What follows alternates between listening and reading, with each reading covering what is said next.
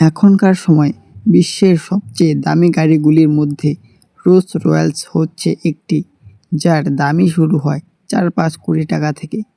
আর এই Rolle's Royals company এমন একটি ছেলের হাত ধরে শুরু হয়েছে যে গাড়ি কেনা তো দূরের কথা, টাকার অভাবে ঠিকমতো খেতে পর্যন্ত পারত না। যার মা কিনা সংসার চালাতে লোকের বাড়ি কাজ করত। ছেলেটি মাত্র 9 বছর বয়সে সংসারের হাল ধরতে বাধ্য হয়। আজকে আমরা আলোচনা করব রোলস রয়েলস কোম্পানি কিভাবে তাদের নামি দামি ব্র্যান্ডের কার তৈরি করেছে। আপনারা দেখছেন সরকার দ্য বয়।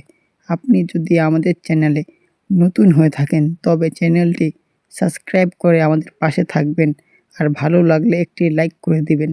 চলুন বেশি দেরি না করে ভিডিওটি শুরু করি। সালটা ছিল 1863। ইংল্যান্ডের অ্যালবেতন নামে একটি গ্রামে জন্মগ্রহণ করেন হেনরি রয়েস। তার বাবা ছিলেন জেমস রয়েস। তিনি একটি ছোট্ট ময়দা ফ্যাক্টরিতে কাজ করতেন। যদিও তাদের তেমন একটা আয় ছিল না, সেই কারণে তাদের সংসারের হাল ভালো ছিল না।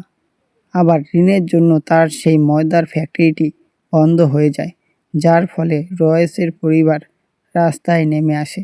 তখন রয়েসের পরিবার নতুন কিছু করার আশায় লন্ডনে এসে যায়, কিন্তু জেমসের ভাগ্য তখনও তার সাথ দিচ্ছিল না। রয়েসের বাবা লন্ডনে এসেও কোনো কাজের জোগাড় করতে পারেনি। 1872 সালে জেমস রয়েলস গুরুতর অসুস্থ হয়ে পড়েন। তার কিছুদিন পর তিনি এই পৃথিবী চিরকালের মতো ত্যাগ করেন। এর ফলে জেমসের পরিবার একদম শেষ হয়ে যায়। হেনরির বয়স তখন মাত্র 9। তখন তাদের হাতে টাকা না থাকায় হেনরির মা লোকের বাড়ি কাজ করত। এভাবেই কেটে যায় প্রায় 1 বছর। হেনরির বয়স যখন মাত্র 10, কিন্তু ভালো উপার্জন না থাকায় হেনরিও সংসারে কিছু আয়ের জন্য নিউজ পেপার পৌঁছে দেওয়ার কাজ শুরু করেন। এই কাজটি হেনরির খুব একটা ভালো না লাগায় কয়েক মাস পর হেনরি এই কাজটি ছেড়ে দেয় এবং সে লন্ডনে একটি গ্যাস হাউস কোম্পানিতে চাকরি করতে শুরু করেন। রয়েলসের কাজটি ছিল লন্ডনের সাইডের ল্যাম্পলাইটগুলি রাত হলে জ্বালানো এবং সকাল হলে নেভানো। মাঝে মাঝেই ল্যাম্পলাইটগুলি সারা রাত জ্বলার কারণে ড্যামেজ হয়ে যেত, আর তখন ছোট্ট রয়েলস লাইটগুলি খুলে ঠিক করত। এইরকম আরও অনেক লাইট নষ্ট হতো, আর রয়েলস তখন সব লাইটগুলি ঠিক করত। সেই সময় থেকেই রয়েলসের ইঞ্জিনিয়ারিংয়ের প্রতি আকর্ষণ বেড়ে যায়। লন্ডনে রয়েলসের দূর সম্পর্কের একটি মাসি থাকত এবং তিনি গ্রেট নর্দার্ন রেলওয়ে স্টেশনে চাকরি করতেন। এই মাসি রয়েলসের ইঞ্জিনিয়ারিংয়ের প্রতি ভালোবাসা দেখে তাকে সেই কোম্পানিতে একটা অ্যাপ্রেন্টিস মেকানিক্যাল ইঞ্জিনিয়ারিংয়ের চাকরি জোগাড় করে দেয়। রয়েলসের বয়স যখন 15, রয়েলস তাড়াতাড়ি নিজের পায়ে দাঁড়াতে দিন রাত কঠোর পরিশ্রম করত। এমনকি সকালে সবার আগে এবং রাতে সবার শেষে কাজ থেকে বাড়ি ফিরত। এভাবেই 3 বছর ধরে কঠোর পরিশ্রম করে মাত্র 18 বছর বয়সে রয়েস খুব নিখুঁত মেকানিক হয়ে যায়। 1881 সাল থেকে 1884 সাল পর্যন্ত তিনি এক ইঞ্জিনিয়ারিং কোম্পানিতে কাজ করত। সেখানে রয়েস আরও 3 বছর কাজ করার পর তিনি আরও ভালো দক্ষ কারিগর হয়ে যায়। রয়েলসের মাথায় হঠাৎ করে একদিন বুদ্ধি আসে যে সে কোম্পানির জন্য যে কাজটা করে সেই কাজটা যদি সে নিজের জন্য করে তাহলে কেমন হবে। রয়েলসের বয়স তখন 21। সালটা ছিল 1884। মাত্র 20 পাউন্ড টাকা দিয়ে রয়েলস একটি এফএইচ রয়েলস অ্যান্ড কোম্পানি নামে একটি ছোট মেকানিক্যাল ওয়ার্কশপ খুলে ফেলেন। এই কাজে রয়েলসের সঙ্গে ছিল তার বন্ধু। প্রথমে তারা ছোট ছোট জিনিস তৈরি করতে থাকেন, যেমন টেইলারি মেশিন, ইলেকট্রনিক ডোরবেল, আরও নানান ধরনের পার্টস তৈরি করত। তারপর সময়ের সঙ্গে সঙ্গে রয়েলসের কোম্পানি আরও বড় বড় জিনিস তৈরি করা শুরু করে, জেনারেটর, ইলেকট্রনিক মোটর, ওঠানামার লিফট ইত্যাদি। সালটা ছিল 1890। তখন রয়েলসের তৈরি জিনিস বড় বড় কাজে ব্যবহার করা শুরু হয়, যেমন ব্রিজ তৈরি, কোম্পানির কাজে ইত্যাদি। 1899 সালে ইংল্যান্ডে ইকোনমিক ক্রাইসিস শুরু হয়, যার ফলে সব কিছুর দাম কমে যায়।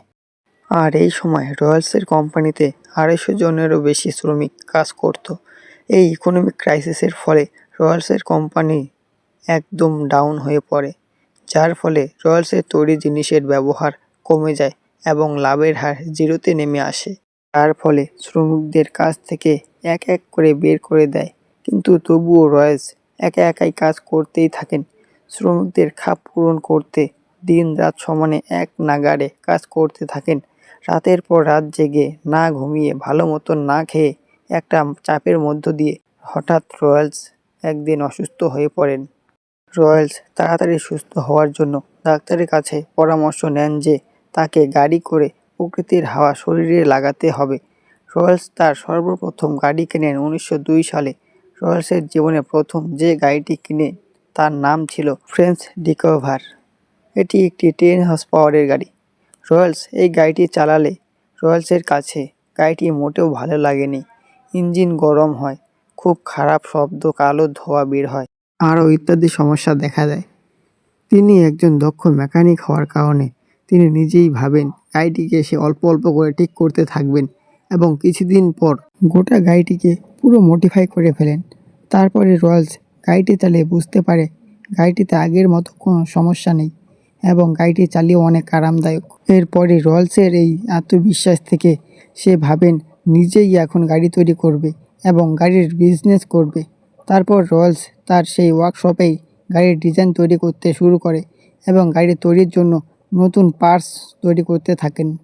কিন্তু রয়্যালসের এই গাড়ি তৈরি একা বেশ সময় লাগার জন্য তিনি কয়েকজন শ্রমিককে নিজের সঙ্গে নেন এবং 1904 সালে তার লাইফের প্রথম গাড়িটি তৈরি করেন, মাস্টার বিস্ট। এটি ছিল একটি 10 হর্স পাওয়ারের গাড়ি। প্রথম দিনে গাড়িটি কোনো রকম শব্দ না করে 50 কিলোমিটারের লং ড্রাইভে চলেছে। কিন্তু রয়্যালস এই গাড়িটির থেকেও আরও উন্নত লেভেলের, আরও অ্যাট্রাকটিভ, স্মুথ গাড়ি তৈরি করতে থাকেন। তারপর রয়্যালস একটা নিখুঁত গাড়ি তৈরি করে। রয়্যালস তার এই গাড়িটি এক্সিবিশনে প্রকাশ করেন এবং রয়্যালসের এক বন্ধু চার্লস রোলসকে দেখান। তবে বলে রাখি, চার্লস রোলস ছিলেন সেই সময়ের একজন খুব ধনী গাড়ির ব্যবসায়ী এবং তিনি একজন কার রেসারও ছিলেন। তার যে কোম্পানিটি ছিল সেই কোম্পানিটির নাম ছিল সিএস রোলস অ্যান্ড কোম্পানি। 1904 সালের মধ্যবর্তী সময়ে চার্লস রোলস রয়্যালসের গাড়িটি চালিয়ে তার এতটাই ভালো লাগে, সে বলে এটা এখনও অবধি বেস্ট কার। 1904 সালে চার্লস রোলস এবং রয়্যালস দুজনে মিলে একটি চুক্তি করে। রয়্যালস একজন দক্ষ ইঞ্জিনিয়ারিং বটে, কিন্তু ভালো ব্যবসায়ী নয়, এবং অন্যদিকে চার্লস রোলস একজন খুব ভালো ব্যবসায়ী। তাই তারা ঠিক করে রয়্যালস নতুন নতুন গাড়ি বানাবে আর রোলস সেই গাড়িগুলি বিক্রি করবে। এইভাবেই কেটে যায় 2 বছর। তারপর 1906 সালে একটি এমন গাড়ি তৈরি করে যা রেসিংয়ের মাধ্যমে তারা প্রমাণ করতে চেয়েছেন যে তাদের গাড়ি সেরা। গাড়িটির নাম ছিল সিলভার ঘোস্ট। আপনারা তো জানেনই, চার্লস রোলস একজন ভালো ব্যবসায়ী হওয়ার সঙ্গে সঙ্গে একজন ভালো রেসারও ছিলেন। তখন চার্লস রোলস আরও অনেক রেসিংয়েও পার্টিসিপেট করে এবং বহু ট্রফি সিলভার ঘোস্টের নামে করে। তারপর সিলভার ঘোস্ট একটি 2000 কিলোমিটারের রেসে অংশ নেয়, যেটা ছিল খুবই চ্যালেঞ্জিং ব্যাপার। তবুও সিলভার ঘোস্ট অনায়াসে কোনো রকম সমস্যা ছাড়াই রেসটা জিতে ফেলেন। লোকেরা ভাবতেই পারেনি গাড়িটি এত ভালো ও উন্নত মানের। তখন থেকে সিলভার ঘোস্ট সবার একটা প্রিয় গাড়ি হয়ে ওঠে। গাড়িটি যখন 1907 সালে মার্কেটে আসে তখন গাড়িটি কেনার জন্য সবাই উপড়ে পড়ে লাগেন। গাড়িটি এত বিক্রির কারণে তাদের কোম্পানি শীর্ষ স্থানে উঠে যায়। তখন রোলস রয়্যালস গাড়ি হয়ে যায় বিশ্বের 1 নম্বর। সব কিছু তখন ভালোভাবেই যাচ্ছিল, কিন্তু হঠাৎ একদিন একটা খুব খারাপ খবর আসে যে রয়্যালসের বন্ধু প্লেন ক্র্যাশে মারা যায়, যার ফলে রয়্যালসের খুবই খারাপ লাগে। কিন্তু রয়্যালস তার বন্ধুর স্মৃতি যেন না ভুলে যায়, তাই রোলসের নামের প্রথম অক্ষরটি কোম্পানির আগে বসায়। রোলস রয়্যালস গাড়ির ওপর সামনের দিকে যে স্ট্যাচুটি আপনারা দেখতে পান তার গল্পটি হলো, এটি একটি মহিলার ব্রিটিশ আমলের মূর্তি। এই মূর্তিটির নাম হলো দ্য স্পিরিট অফ স্টেনসি, যে কিনা রোলস রয়্যালসের একজন খুব ভালো বন্ধু এবং সে তার এই বন্ধুর থেকে কাজ করতে সবচেয়ে বেশি আগ্রহ পেয়েছে, তাই তার বন্ধুর স্ট্যাচু গাড়ির সামনে বসিয়েছে। যে ছেলে কিনা একদিন ভালোভাবে খেতে পর্যন্ত পারত না, আর সেই ছেলে এত বড় কোম্পানি তৈরি করে তাক লাগিয়ে দিয়েছে। রয়্যালস প্রমাণ করে দিয়েছে যে অর্থই বড় নয়, নিজের বুদ্ধি ও বিশ্বাসেও অনেক বড় কিছু করা যায়। আজকে রোলস রয়েলস কোম্পানির কাহিনী কেমন লাগলো কমেন্টে লিখে যাবেন। আরও এরকম ভিডিও যদি দেখতে আপনাদের ভালো লাগে তবে চ্যানেলটিকে সাবস্ক্রাইব করবেন এবং লাইক করবেন। দেখা হচ্ছে নেক্সট ভিডিওতে এইরকমই এক ভিডিও নিয়ে।